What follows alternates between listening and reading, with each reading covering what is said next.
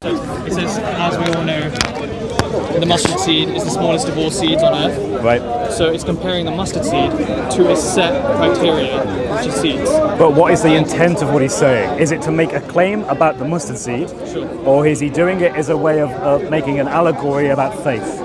Sure. But like my example that I gave, so as we all know, the peregrine falcon is the smallest of all birds, yet when it flies, it's the fastest of all birds. Right. Likewise, these disciples are very small in number, but they will go on and spread the message fast.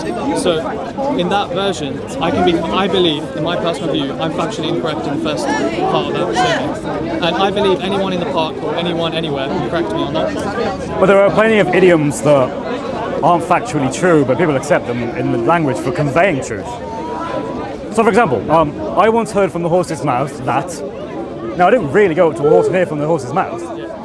But that's like something you're expressing, right? Right, yeah. But it's still a claim. Jesus in the New Testament Yeah. is saying, as we all know. So he's making like a more of an objective statement. Do you have like a problem with the idea of all? Do you think he's? Well, is there some? Because you keep adding that bit, and I don't see how it adds to it. It's there. No, I believe it's there, but really, the thing is, the mustard seed is the smallest of all seeds in the world.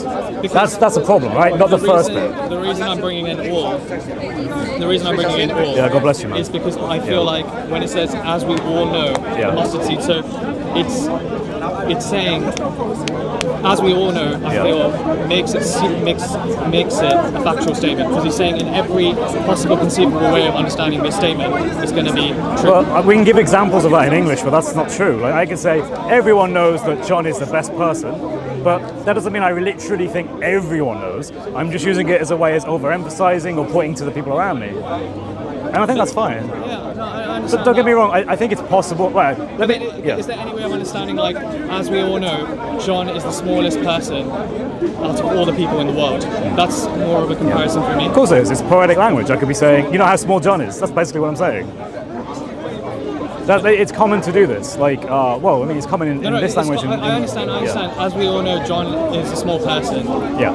Like, and I could even say he's the smallest of all people. John is the smallest person, or smallest of all people. You can do that as an expression to exaggerate your claim, to illustrate just how small that person is. Just how Jesus was doing it to illustrate just how small the mustard seed is. Okay, just imagine an annoying version of me back then, right? In the first century AD, right. and I'm like, Easter later, like Jesus is preaching. Yeah, and you're like, wait, you mean? I'm like, wait. So what do you think about that scenario and how that plays out? I don't think there would have been anyone there who was thinking he's making a claim of like science. I don't think that's. I reject concordanism. I'm not a concordist. I don't think that you can find science in the Bible and the first 10 words of the Bible are actually God's way of illustrating scientific proof of the Big Bang. Like I wouldn't say that. Yeah, absolutely. Right, and But the reason I brought up that in the previous discussion was because I felt like the person I was talking to did use science at some point, which I may have misunderstood. So that's just the reason why I brought Genesis. That's fine. You might not agree with what I'm saying, but I think we've both gone through this, and unless you want to add anything. Just one more question that I was wondering in terms of, like, in your opinion, I'm just thinking of a good question. That's fine. No, take your time, man. I'm going to check my phone for a bit. So, in that same video, I think I raised that ridiculous topic of aliens, but I felt like... You raised what, sorry? Like, I don't know if you covered that part. There are parts, because it was a long thing. You guys were talking it was divided into parts, and I saw parts of it, so I might not know. So it was just when I said, like, does David see Allah subhanahu wa ta'ala as referring to the same God that Christians see in Yahweh? I'm not saying that we have the same understanding of that God, but we're referring to the same God. We have different concepts of related to that God, which we disagree with. But do you see Allah subhanahu wa ta'ala as talking about the same being? When we refer to Allah subhanahu wa ta'ala, we're talking about the same being. Well, let me explain. So there are two ways of looking at the word Allah. So Allah can just be the Arabic term for God, in which case Christians say that. Sure. So, but there's another way of looking at it, which is, and if you go to Google define Allah, one of the definitions will be the Islamic God, the God of Islam. Yeah? That would be the definition I'd take issue with. I don't think they're the same God. I think the reason why is because there are changes fundamentally to the nature of God that Islam says that I reject as a Christian. And I would also say generally just because the revelation that supposedly he revealed I also reject. So Okay, so like one of the 99 names of Allah subhanahu wa ta'ala is Al-Qayyum, which means the self-existing. So Okay. that kind of correlates with the meaning of Yahweh. yeah. I would agree with some of that, like Al-Haq, you know, the truth. Yeah. We agree on stuff like that. But when you say things like, as So, an, you know, because a lot of Christians, I feel like I've come across in the park, they say, like, because Islam is not coming with the word Yahweh, a Hebrew tetragram, we're, by definition, wrong. it is that way. So basically, in Deuteronomy 18, basically it talks about how there will be a prophet who will come. Now, Christians will say this is Jesus. Muslims will often say it's Muhammad. The problem is, though, well, there are two. I don't know if you heard this, but one is... Deuteronomy 18. Yeah, Deuteronomy 18. I'll show you if you want. No, I think I've got it. Okay, well, you can watch it back and you can see the reference. But basically, it's saying there's going to be coming someone like Moses from within your brethren.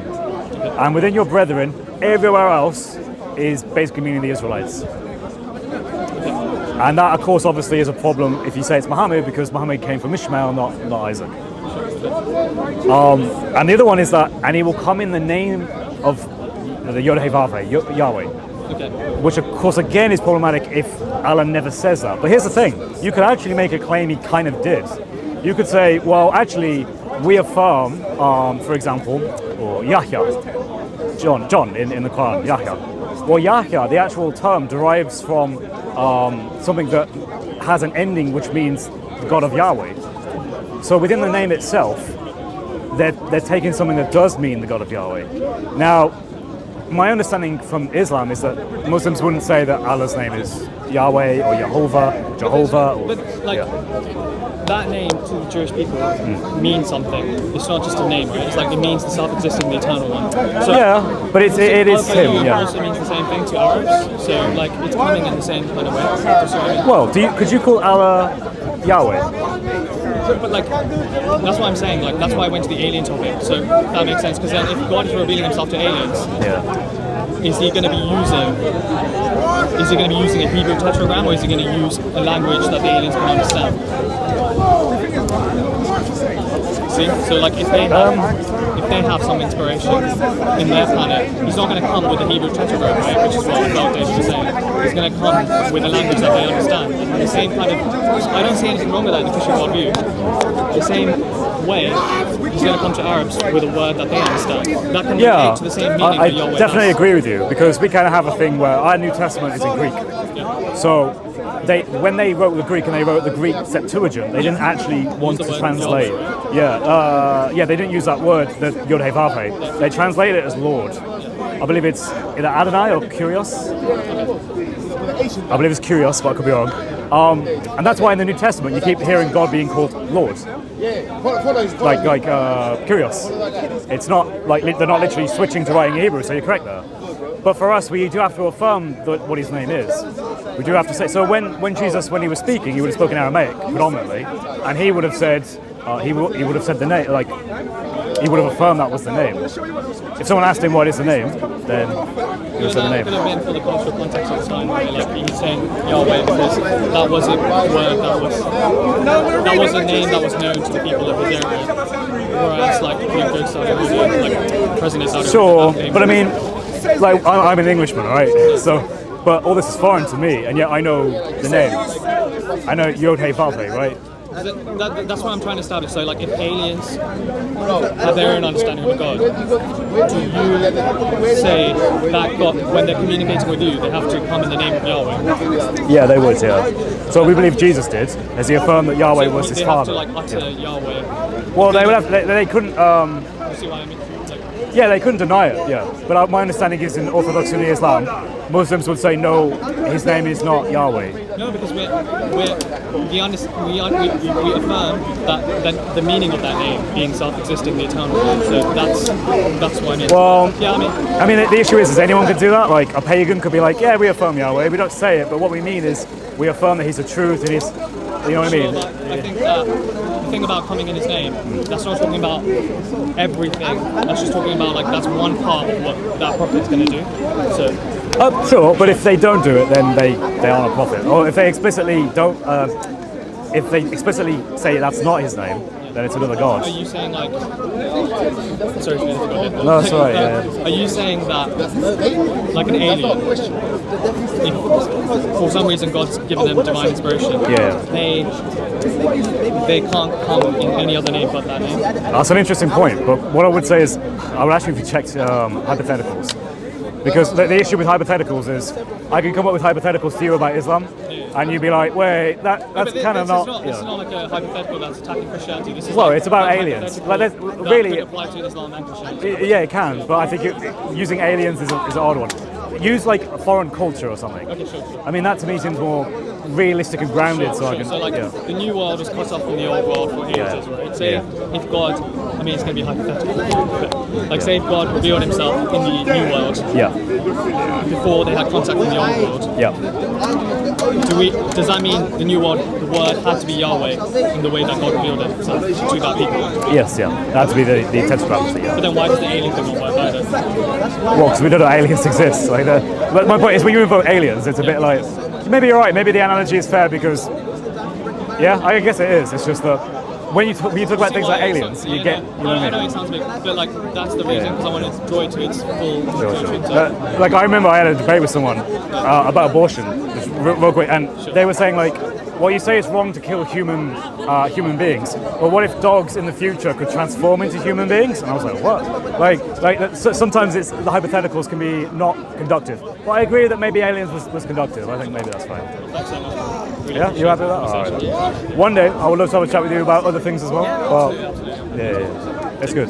Yeah, you're a pleasure to speak with. Thank you so much. Sorry, I think a bit earlier in the park I was with some Christians and I got a bit heated, but I don't like those conversations. And like I mentioned last time, like my main purpose isn't for conflict. Like I actually want to talk about things that unite us both as a community. So that's cool. Yeah. And I think there's a lot in the Bible. Actually, there's some other stuff as well, but maybe that's good things to talk about next time, like some of the unification points of Islamic Christianity. Sure. I'm not sure if you know from the top of your head, we could talk about it next time, like Zechariah 11:17, I think. It talks about like a worthless shepherd. A worthless shepherd. Right. Who has a crooked arm and like one eye. Oh, are you gonna make associations with the jar? Yeah, I was gonna say so. Like kind of like we have the same enemy in the long run, and like. Yeah, I mean, so I'm all right with working with Muslims for common objectives. Yeah. The issue is fundamentally we can never come together as one, like permanently. And it's the same with the rabbinic Jews. Like I can't ever, because our theology doesn't allow us to. You know what I mean? Like you're going to talk about Muhammad, and I'm going to talk about and that's what it's always going to come down to. But there's always room for interfaith dialogue and compassion, and also agreement in areas. I mean, we probably have the same view on LGBT stuff, for example. Probably. It's something I'm trying to avoid to talk about here. Oh, fair enough, yeah. Especially during Pride Month. It's Pride Month now, yeah. Anyway, God bless you, man. Take care. Take care, man. Sorry, I won't say his name. I feel really bad now. Wow, I just had, not with these ridiculous glasses, but I just had a really good conversation with a Muslim man who was very calm, very relaxed, really good character, held himself really well, quite clearly an intellectual. We were discussing things about Christianity, about what it means to talk about the mustard seed that Jesus uses in a parable, whether that could be something that can be understood in a literal sense, in a scientific sense. What does it mean to say that that's factual? We went through that, and I think we came to what I would say is a good conclusion. We hopefully will have further dialogue in future, but God bless. Anyone who's watching this, if you're a Muslim or if you're a non-Christian, then look into Jesus, come to Jesus Christ. It's the way, the truth, and the life. God bless you all. Take care.